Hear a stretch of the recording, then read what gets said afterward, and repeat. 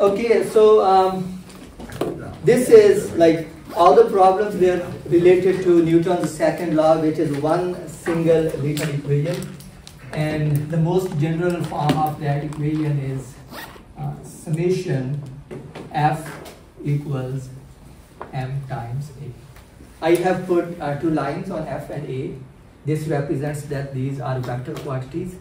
This symbol is called summation, and it tells you that this thing is summing over, which means that this m is mass of the object that we are considering. This can be me. Okay, if I am walking, I have certain number of forces acting on me, and so this sum is the sum of all the forces. Acceleration is my acceleration and mass is my mass. So you can consider any object under study, and you can see calculate the number of forces on that, and then you can see what's the acceleration under the action of all those forces. That's it. So graphically, that's we have the problems today. So let's start with this first one. This is easier one. The others are a little complicated. So let's start with the easier one. And first of all, you define. So this equation is gonna be there. We're gonna keep using it.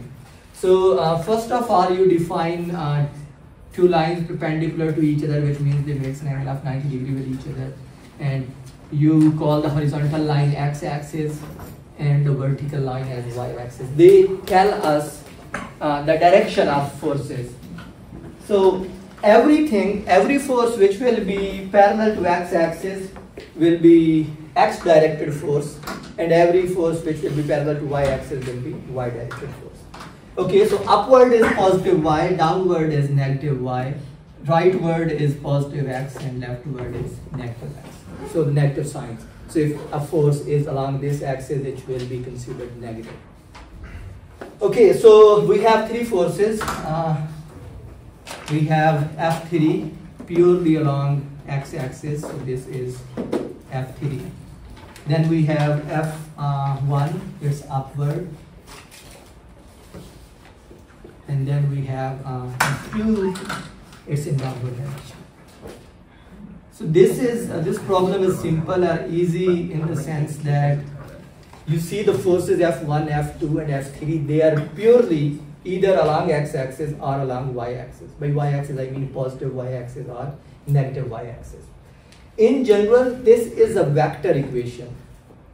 Vector equation means that it can have more equations hidden inside it, and that's evident from this two-dimensional representation. I just said that all the forces which will act towards positive x-axis will be considered as x-directed forces, and similarly those forces which are parallel to y-axis are called y-directed forces. And so in general, we further write this equation as summation fx equals m times ax, and summation fy equals m times ay. And now it's explicit. It shows the same mass in both equations, which tell you that even if you have one object under consideration, it still can have forces acting on different direction, and based on the net force, this sum, the object can move in any direction. Okay, so this is a two-dimensional representation. So in this plane, net force be along any direction. Let's say net force is along this direction or this direction. Okay, so the net force decides where which direction the object moves, and that's what we are going to do in these problems. So we have three forces, F1, F2, and F3, and the situation is simple because F1 is purely along y-axis, and I just said that each force can be written like this, like it can have two components. But in this case, F1 is purely along y-axis, which means that F1 doesn't have x component, it only have y component. And so F1 y will purely be F1. Okay, this was a vector force directed along positive y-axis, and so now it's vector. But here I did not put a line on top of these forces or these symbols. It means it's magnitude only. Why I did not put the line? Because I know that this force F1 is purely along y-axis, and so I have represented that y direction here. that it has only y components. Similarly, f3 is purely along x-axis, so if it will have only x component, then that's equal to f3. And similarly, f2 is purely along y-axis, and this will be f2. Is it right? Did I miss something? What's the direction of f2? Negative. Negative. Okay, so it's negative y, so this should be a negative sign. Okay, now this equation tells you that you sum x-directed forces separately, you sum y-directed forces separately. So this and this, they are y-directed forces, so let's sum y-directed forces. And the y direction, f1 is along positive y-axis, f2y is along negative y-axis, so it's minus fy, and this should be equal to minus fy. And similarly, summation fx gives you, we have only one force along x-axis, and that's f3, and that's along positive x-axis, so f3 equals max. That's all you need. So you have resolved them into components. Okay, now if you want to find the final magnitude of the vector and its direction, you can also do that, provided you are given some numeric values. How you do that? What you do in that case, so sum of all the forces, it should be, the magnitude should be equal to fx squared plus fy squared whole square root. So fx squared, that was the fx, it's equal to f3.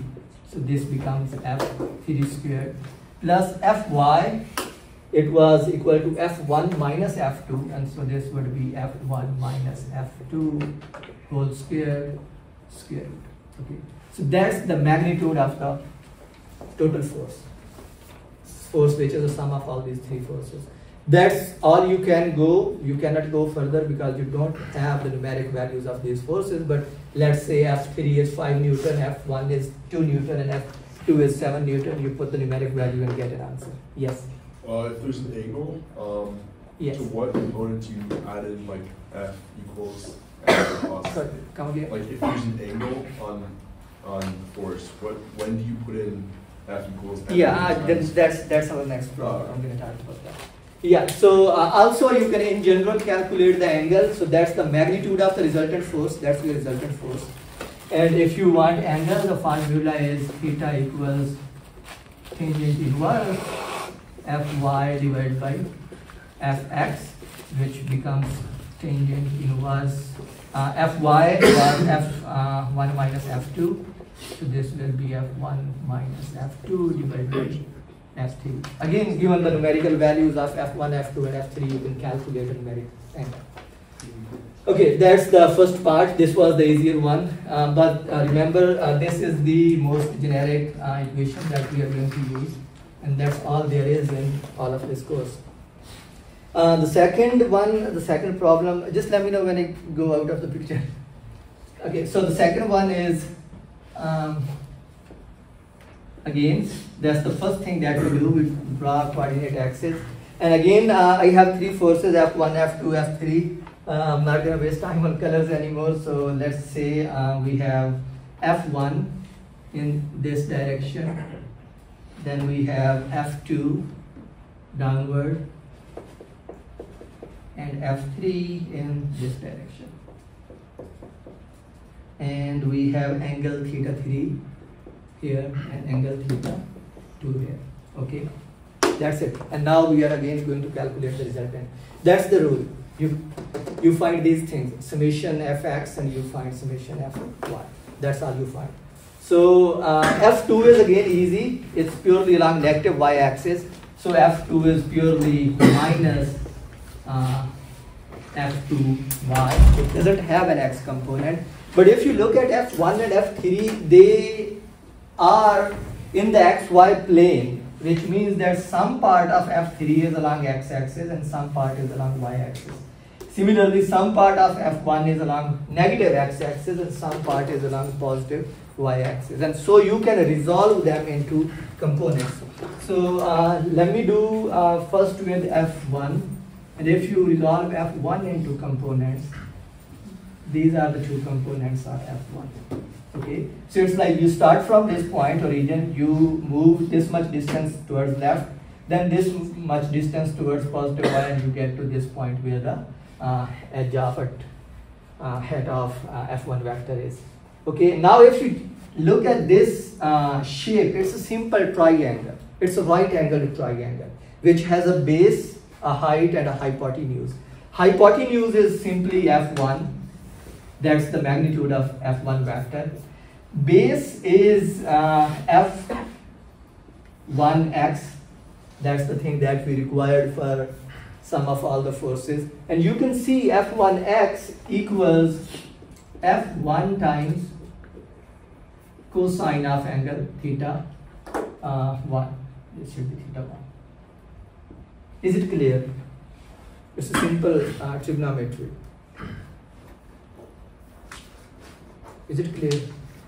You know how these things work. And similarly, this height of this triangle will be, since it's along y-axis, so it's y component of F1, and this should be F1 times sine of angle theta. Okay, now we do the same thing with F3. So this one is F3x, and this one is F3y. And it's the opposite side, so this is going to be F3 sine of angle theta 3, and this is going to be F3 cosine of angle theta 3. That's it. You have calculated the x component and the y component of all the forces. And now you can use these two formulas, and we can simply find the sum of all the forces along x-axis. So x-axis F3x, which is F3 cosine theta with cosine theta 3, positive sign. F1x, which is directed towards negative x-axis, should be negative F1 cosine of angle theta 1. That's it. This is equal to 0 if the object is at rest, it's not moving. And if it's moving, then you just put equals m times ax. And similarly, summation Fy becomes, so okay, F1y is towards positive y-axis, so this is F1 sine of angle theta 1 plus F3 sine of angle theta 3 minus F2 is purely along y-axis, negative y-axis. So it's minus F2. This equals 0. So these are the two equations in this case. Right side is 0 if the system is in equilibrium, which means system is not moving, or it's moving with constant velocity. So it's 0. Otherwise, you can simply put max and may if the system is moving, if the object is moving under the action of all these forces. Okay, question? Yes. So if there's a third vector that needs to be created, in which sum of ffx and fy isn't 0, and the third vectors need to balance that, how would you calculate the angle of the third vector? Can you please speak a little louder? Oh, yeah, so if f of x, the sum was not 0, and fy was not 0, and a third vector was added to make those two quantities 0, how would you calculate the missing angle of what that vector should be? That's the general formula for angle. You don't need to make the sum 0 to calculate the angle. You can still calculate the resultant angle and the resultant vector of these forces by these two formulas. So if you want to calculate the resultant force, you have calculated the components. This is the sum of x components, this is sum of y components. Okay? Simply you can put, take the fx component, which is this one. So you, in order to calculate the total force magnitude, you put f3 cosine theta 3 plus f1 minus f1 cosine theta 1 whole square, this square. Then fy is f1 sine theta 1 plus f3 sine theta 3 minus f2. You put that here and take whole square. That's how you do it. So you get the magnitude of total force, which means the resultant force under of these three forces. And then you do the same thing here and calculate the angle. That simply gives you the resultant force and the resultant angle. Yeah. Okay, so just look at these two problems. This was simple. That was a little complicated than this one because we had to draw components of each vector. What if I now rotate my coordinate system a little bit? Like instead of making coordinate system like this, perpendicular lines, let me erase this one and then.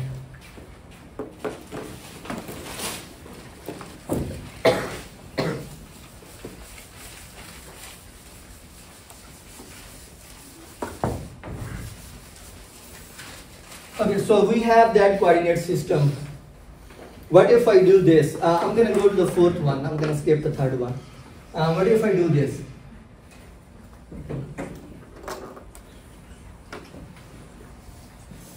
You see the difference between this one and that one? It's like I just rotated it a little bit and it has turned into this one. So the x-axis was previously this line. I have rotated it and it has end up here. Okay, so I have rotated the axis. Okay, nothing should happen to my system if I rotate the axis. Why? Because the choice of axis was purely mine. Like I chose positive y-axis in the upward direction. Even if you choose positive y-axis in the downward direction and negative y-axis in the upward direction, you will still end up with the same answer. Okay, your problem, your systems, what are your problems? These are the problems which are your real physical objects which you deal with in life. Okay, these forces, they might be acting on a car, and car is a real object that doesn't depend on how we choose our coordinate systems, right? It shouldn't depend, it makes sense. And so this choice is purely yours, which means that even if I rotate it and make it something look like this one, the problem should still be the same. Thank you. The problem should still be the same. Okay, so we have a couple of forces here again. Now in this case, F3 is along this direction. F1 is along this direction. And F2 is here. This is F2. And it's given that this angle is theta. Yeah, that's it. How we are going to write something like this for that system? There's one rule. Every vector that you have, you find its components parallel to x-axis and parallel to y-axis. Okay, so you have three vectors. F1 is easy. It's purely along y-axis and positive y-axis, the way I defined it. So F1x equals 0 and F1y equals whole of F1. This one was easy, just like the last problem. These two, F2, it's not parallel to x-axis, it's not parallel to y-axis, it makes some angle with it. We're gonna find the angle. And similarly F3. Okay. Now if you look at this line, this angle is given. If you look at this line is parallel to this F3 vector. Okay. And this line crosses F3 and this line. So if this angle is theta, this angle is also gonna be theta. Okay. Okay. Now if this angle is theta and you look at this vector F2, this is our vector F2, and this angle is theta. If this angle is theta, what is this angle? 90 minus theta, because the total angle is 180 in triangle. This is theta, this is 90, and so this one is going to be 90 minus theta. Okay, and if this is 90 minus theta, if you look at this line and this line, they are perpendicular because they are x and y axis lines. And those lines are perpendicular. Total angle 90. So this sum is 90 and this one is 90 minus theta. So what's going to be this one? This is going to be 90 total minus 90 minus theta. So this is going to be plus theta. And now you see I have just found the angles which F1, F2 and F3 make with x and y axis. Now we need components. So that was the only difficult thing in this one. So you need to be careful. You always resolve your vector into x and y components. Okay, F1 we have already dealt with it. So F3. So I'm gonna find its x and y components. So what I need two lines with one parallel to x-axis and one parallel to y-axis. So this line is parallel to x-axis. This line is parallel to y-axis. And you can see that this side, in this case, which is along x-axis, this is f3x, and it's along a positive x-axis, so it should be positive, and it becomes f3, this angle is theta, so this becomes f3 cosine of angle theta. And similarly, this will become, this is f3y, and this will become f3 sine of angle theta. Positive or negative? Negative. Why? This line, this arrow, look at the arrow, is downward direction, so it's along negative y-axis, so this should be negative. Okay, F2. This is F2. Let me give it a different color. So this is F2, and this is y-axis, and it makes an angle theta with y-axis. And this is x-axis, so I'm gonna draw this line parallel to x-axis, and this line parallel to y-axis. This angle is theta. This side is gonna be F2 with a negative sign because it's along a negative y-axis, cosine of angle theta. So this is F2y. And similarly, this side, which is along the negative x-axis, this is gonna be, this is F2x, and it's gonna be minus F2 sine of angle theta. Is it okay if you have questions? So you see, in like all the other cases that we were solving, x component always gave us cosine theta, and y component gave us sine theta. But here it switched roles. Fx, now it's giving us sine theta, and Fy is giving us cosine theta. And that purely depends on how you define your angle theta. So always look for the angle theta in a given triangle. Angle theta is always with the base and the hypotenuse of the triangle. So if you have a triangle like this, that's a right angle triangle, and this is angle theta. So angle theta is always between base, this is the base of the triangle, this is hypotenuse, and angle theta is always between them. If I make another triangle and define this angle as theta, in this case, this is my base, this is hypotenuse, and you can name it whatever you want. Okay. So in this case, the B was equal to H cosine theta. In this case, B is equal to H sine theta. So theta decides which component it's gonna be. Rest is easy. We have done everything. So let's sum x components. So sum of x component of forces. So x component this side, f3x is positive, so it's f3 cosine of angle theta, and then f2x is negative minus f2 sine of angle theta. That's it. So this should sum to 0 if this is positive. And then for fy characteristics, sum of fy, this is gonna be f1 positive, and then f2y, which is negative, f2 cosine of angle theta. And then third one was this one, f3, again negative. This is going to be f3 sine of angle theta equals 0. Good. If you have questions, please do ask now. Okay, we have 6 more minutes. And this was the most important question I wanted to talk about. This second problem is just like that. I guess if you understand this one, everything else is they are easier than this one. This was the most involved or the complicated one because of these roles that cosine theta and sine theta has switched from x-axis to y-axis. But always remember one thing: when a vector makes an angle with any of the given axes, you resolve that vector into 2 components. By 2 components, I mean try to make 2 lines which make up that vector. For example, this F2. One line should be parallel to y-axis, can be positive y-axis or negative y-axis. The other line should be parallel to x-axis. And that's it. That you have resolved that into components, and then you can look at the angle and write them in terms of sine and cosine theta. The third problem, a book is lying on the table, and then the table is in an elevator. That's more of a hard problem.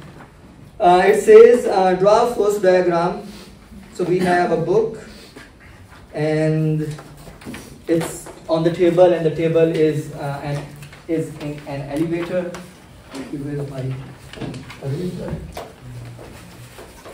Okay, let's put it here.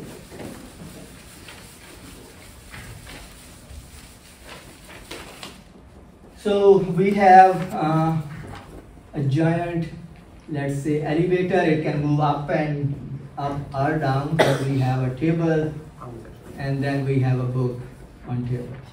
Okay. So we are supposed to draw a force diagrams. The first situation is draw a force diagram of the book. Properly label each forces. If the elevator is stationary. If the elevator is stationary, it's just like a book lying on a table in this room, and it has only two forces. One is the weight of the book. The other one is the normal force that the table exerts on the book, and so the book is at rest because normal force is exactly equal to weight. And in this case, the situation becomes since our coordinate axis is like this. So the only forces are along y-axis, so this becomes summation Fy equals 0 because book is not moving.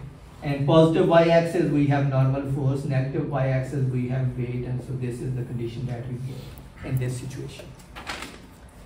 The second part is determine the magnitude of normal force that the book exerts on. It's equal to weight. From that equation, actually I did it. The third part B is the elevator is moving upward at a constant speed of 2.5 meters per second. If elevator is moving at a constant speed, should it have acceleration? Because it's a constant speed, so change in speed is 0 and acceleration is 0. If the acceleration is 0, we still have those conditions, summation Fy equals 0 and summation Fx equals 0. Since the motion is only in the elevator, it moves up or down, it's only the y-axis. So it's exactly this one. This second part, when the elevator moves up or down with a constant speed of 2.5 meters per second. This is precisely this one, and this is, I guess, what the third part is, where the student argues that the question asked, a student is discussing their response to this question and argues that the difference between this part and the previous part is an extra force going upward so that there is a net upward force. But I'm sure how to use Newton's second law here to calculate the force. Is the student right or wrong? Student claims that since the elevator is moving upward or downward, there should be an extra force. Is this claim correct? It's not. You have just given me the answer. You are the students, and you have argued that since it's moving with the constant speed, there is no acceleration and there is no extra force. So this still we have the same situation. Now we have the C part. The elevator is accelerating upward with an acceleration of 3.2 meters per second. Now it has gotten interesting. Okay. So draw force diagram of the book, properly label each force. Now if the elevator is accelerating upward, I have to add a force to elevator 2. Let's say this is the force F, capital F, and acceleration this force is producing is 3.2 meters per second. And now this situation changes. Now we have an acceleration, and now we have an extra force, and now we calculate the sum of all the forces. So we have summation Fy equals m times Ay. That's the general equation that we write. Here I wrote Fy equals 0 because there was no acceleration in the system. But in this scenario, we have an acceleration in the system, and that acceleration is 3.2 meters per second squared. Okay, and that's it. Now this is your new system. Now you have three forces: the weight, the normal force, and the force with which the elevator is going upward. Okay, and under the action of these forces, the elevator is moving upward with an acceleration of 3.2 meters per second. And so in this case, our situation becomes normal force is upward, weight is downward, equals m times 3.2. And m is also given, it's 1.5 kilograms. So you can actually write n minus w equals 1.5 times 3.5. Did you get it? How did I write it? We have an extra force on the elevator, that's like the cable of the elevator, It's pulling the elevator upward with an acceleration of 3.2 meters per second. And now this equation, this right hand side become non-zero because of this force. So right hand side is non-zero. On the left hand side, we have still these two forces. So the effect of that extra force which elevator is exerting is to make the right hand side non-zero. So we have non-zero right hand side. Okay, we have acceleration now. And so now you can calculate normal force. How? 1.5 multiplied by 3.2 minus W, and W is m times G, which is 1.5 times 9.8 meters per second. So you can get a numerical answer from here.